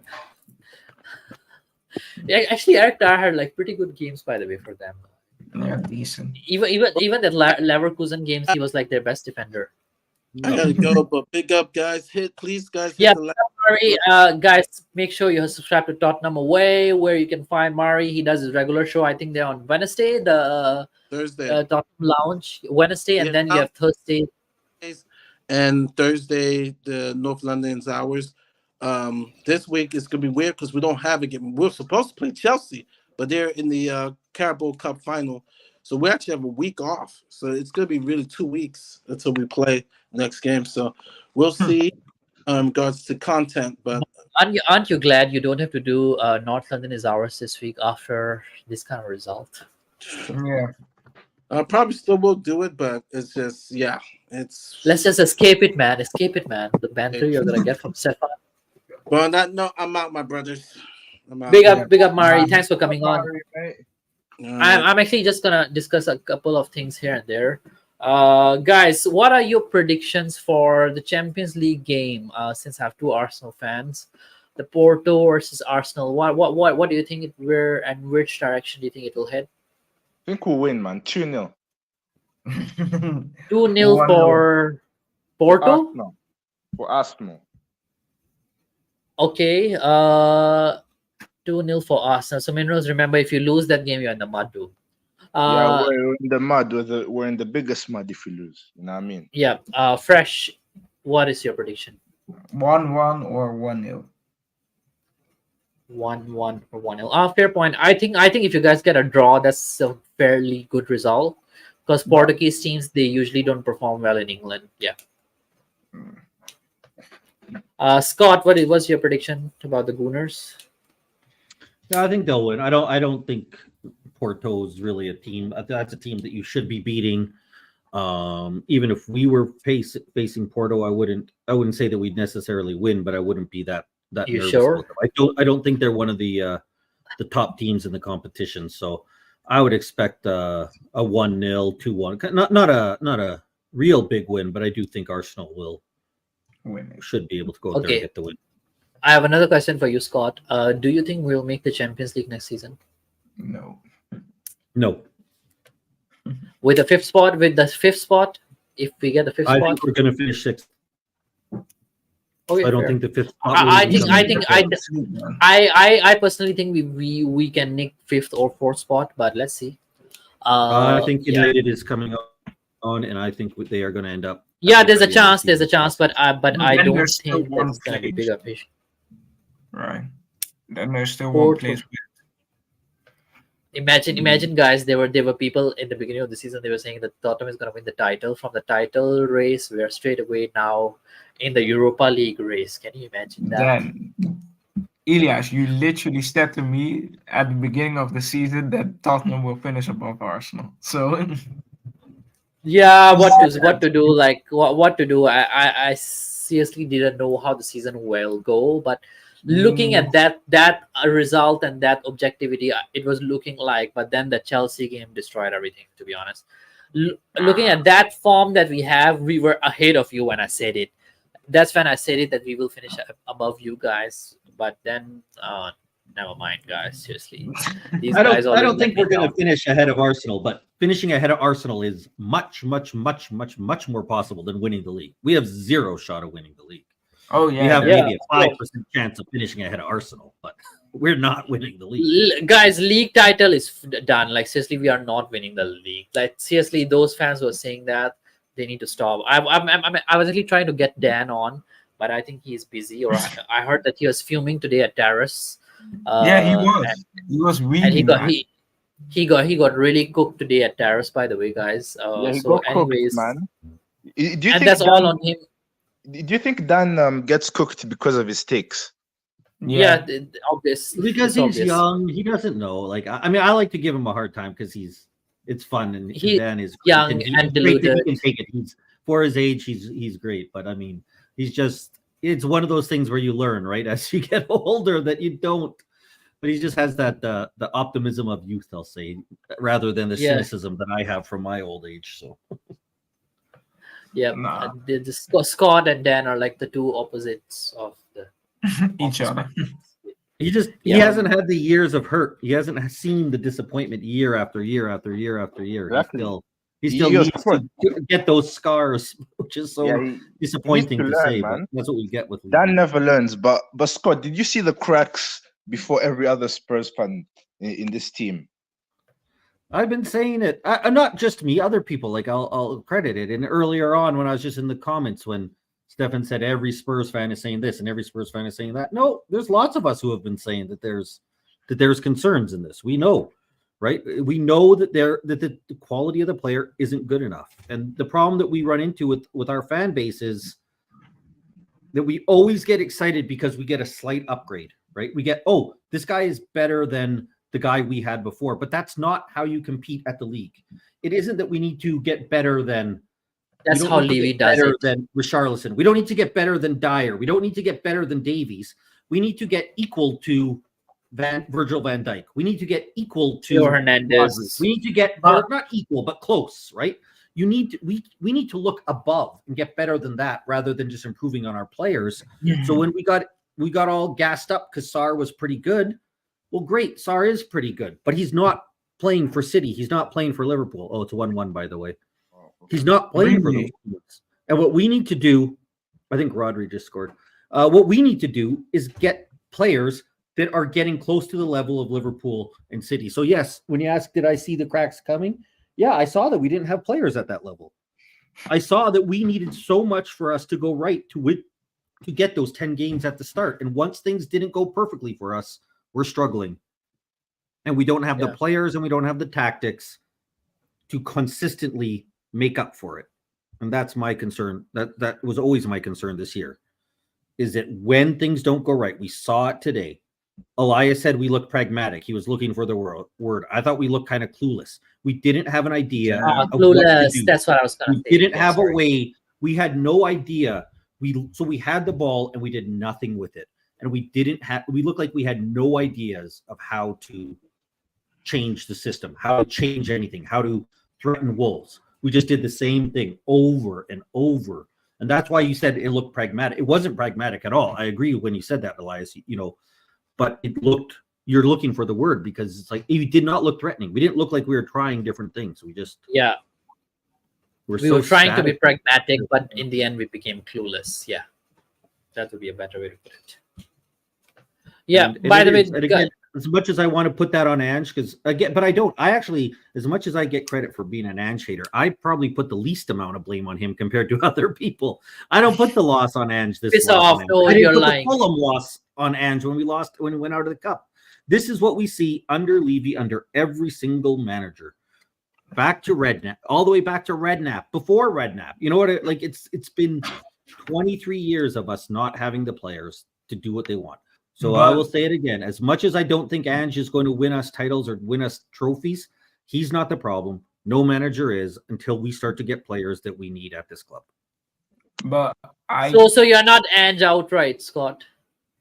No, I posted in just sometimes to give certain people like Jacob. No, I know. Why would I be Ange out? What is it going to do? We had Jose, Conte, Poch. What did they win?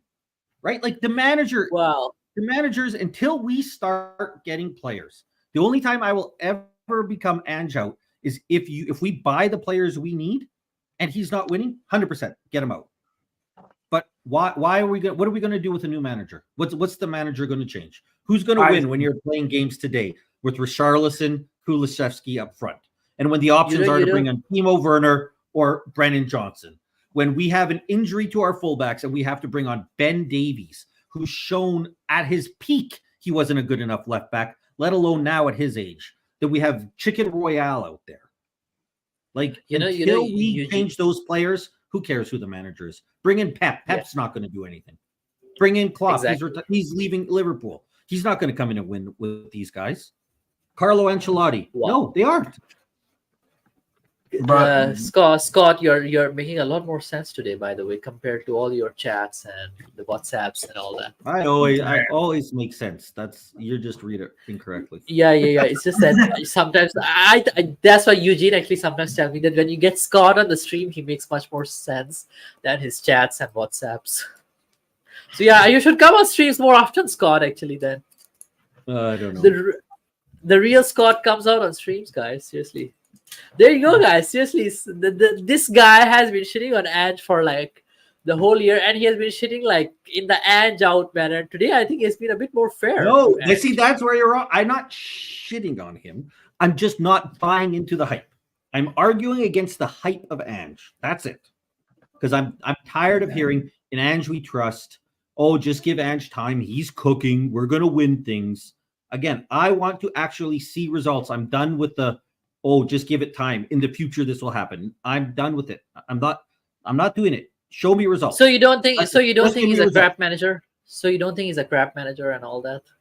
I don't think he is a top Premier League level manager. I don't think if you look at the managers around us, there's, Unai Emery, Klopp. Okay, so you don't think he has overachieved? He's not there. Okay, you don't think he has overachieved for his He's a Crystal caliber? Palace level manager. That's what he is. He should be managing Crystal Palace. Damn. I think actually, by the way, on that topic, I think the new Crystal Palace manager is a good manager. Seriously, like he's gonna give a tough time to the teams in the Premier League. Do you know that the way he led Eintracht Frankfurt to the Europa League was applaudable? He didn't have like a really good team, but he bought some really good players from other teams, and then he built on that. And yeah, I think he's gonna do wonders with Palace. Like Palace would be a good team if he stays there. He's a good project manager. I think even in the last 3 or 4 years, if Palace has hired like a real good manager, even after Vieira, is this guy. I think my only concern is I think it might be too late this season. Like they are so. Yeah. Yeah, this season is late, but next I season think if you they will would have see. brought him in the summer. And Roy gets a hard time, and I don't think he's terrible. I think he's limited what he can do, Hodgson. But I think if they had brought in Glasner like this summer and he had the whole summer, I don't think they would be in the position they're in now. I agree with you there. Exactly. I think he's a manager they should have brought in earlier. I don't know if they'll go down because the teams at the bottom are pretty bad, especially with Everton. Actually, I don't know why we should have gotten a manager like Glasner actually, and Palace got it. Like seriously, he's a real project manager. But even I don't see He's a proven winner. This is where I get frustrated. Is that I don't think we should even get we should be looking higher. Like I'm so tired of this. Like, oh, what we need is a project manager. Oh, what we need is a manager that fits us. No, And Scott, no, he has won. He has won in change Europe. We need to change what we want as Spurs fans. We don't want But a manager Scott, that fits us. he has We want won. to He's fit a the top winner. managers. He's a proven winner, Scott. At some, like, he's not a bad manager. Again, is he the manager that goes up against Pep and Klopp and the top managers? That's my question. But then Scott, you have to realize that Pep and Klopp and all these managers, they are not going to stay in Prem now for long. So you need the next breed of the managers as well, like for the sustainability of the things as well. Like maybe Nagelsmann. Maybe Nagelsmann could be one that we should be going for. You guys should go That's for what I mean. Is we need to start wanting to be at the top level. That's all I'm saying, Elias. Is instead of saying like this is a good project manager, and Glasner's a step up. I think he's obviously a step up from Ange in my view because he has won at higher league. Yeah, that one higher definitely level. is. When I hear people say Ange is a good fit for us, to me it seems like he's a good fit for us because we aren't going to look to compete at the highest level. And Conte isn't. People say Conte isn't a good fit for us because he wanted to have the top level players. He wants to be at the highest level. He's won a Premier League. He's won an FA Cup. He's won 4 Serie A titles. The only reason he's not a good fit for us is because he demands the elite, and we don't give the elite. And that's By the what way, I'm trying to- guys, Scott, did you hear that Conte interview where he said that he would be ready to come back to Tottenham anytime? Did you hear that? I didn't hear that quote. Oh, I have a hard time believing that he would want to come back to Tottenham. Actually, yes, he did Unless say that in an interview. Is the same one where he was saying that he told his backroom staff team to not celebrate and all that, and not getting used to celebrating top 4. It's in the same interview he actually said that yeah. And then I was actually getting a bit of a hint. Actually, is it that his contract is still not ended? Or that the way actually we ended his contract, there were no clear details. Like, could he come back? I'm like a little bit No. was he just struggling? He's never coming back. The only reason I I know could say this- him saying that is because those guys like that are hyper winners. It probably bothers him. It bothers Jose. You hear him talk about it. It bothers him that he didn't win here. You know what I Yeah, mean? Jose that's for like the only clubs they didn't win anything. You at. hear how many times does Jose talk about I win everywhere I go except Tottenham? Like it pisses him off. Exactly. And I think Conte the same way. So I think I could understand. I could believe that he says I would like to come back to Tottenham and win, but I think what he's not saying is not under Daniel Levy because he doesn't want. He's not coming back under Daniel Levy. Actually, I can see Poch coming back. Like, let's just say I could see Poch coming back more than Conte, in all honesty. But I was just putting it up as more of a question. Like, if Poch were to get sacked, you don't see Poch coming back under Daniel Levy? Only maybe No. because he seems to love living in London so much, but I don't think so. I think Nah. Chelsea's his Yeah, last but time. now he's in Chelsea. Yeah. I think Chelsea's the last time he'll be at the Premier League. I think he can go to Spain and manage there. It'll be better. Espanol. He loves Probably Espanol just a anyway. bit better than that. But yeah. But I think that's where he'll go. Or I would even say, you know what? If he loves London so much, why doesn't he go to be the manager of England? Oh, Nah. yes. He would. No. Oh, yes, I think it would work for him. For that. The players that they have now, he would be so much better than Southgate. The way Yeah, the I team- mean, But I feel Southgate's every that team manager would wants fit, to that get team with the talent they have, with the players, the style they have, would fit well for the Poch's style. And I think he would do quite a lot of scouting work as well in England, like go around and do the research in like the lower leagues as well, and look at the players that can actually come into the English squad. I think he would be a perfect project manager for England than at Tottenham, because Tottenham, we know that there's no project. Everything is run by Daniel Levy I and don't Jonathan I don't think and he's all going those. to. He's done. I think Chelsea is his last Premier League club. Do you think he will Yeah. get sacked this Yeah, season or next season? he will get sacked. It depends. They'll keep him to see what happens. If he loses the final, then I think he's at risk at any time after that. But I think Yeah, they're but gonna play the but Scott, do you also know that they cannot sack Poch because it will actually off balance their books and all a little bit? Do you know that? I've long said that I don't trust any football organization to punish clubs that have big money. And you've probably seen me say it, Elias, in the chats, is I'm not one who trusts that City's getting any punishments. I don't think Chelsea's going to get any punishments. I think money will always trump everything. I think power will always trump. And that's why Nottingham Forest is going to get hit with penalties, and Everton's going to get hit with penalties. And City, and Chelsea, who everybody says has clearly done more, I don't trust that there'll ever be any punishments for them. I want to see the punishment. Same thing as I said, I need to see results from Ange before I trust him. I need to see somebody actually punish these big clubs before I trust that they ever will. So True. we'll see. True. I Yep. don't have faith in City. And City and on that note, guys, Oh. I'm quite tired. It's like 3:30 a.m. here, and looks like Chelsea and City game is going to a draw. They and just about scored. Oh, they scored the second goal. Almost. Oh, is there a penalty there? No. They just about scored. Yeah, they're like Chelsea is Oh, they barely almost holding scored. on now.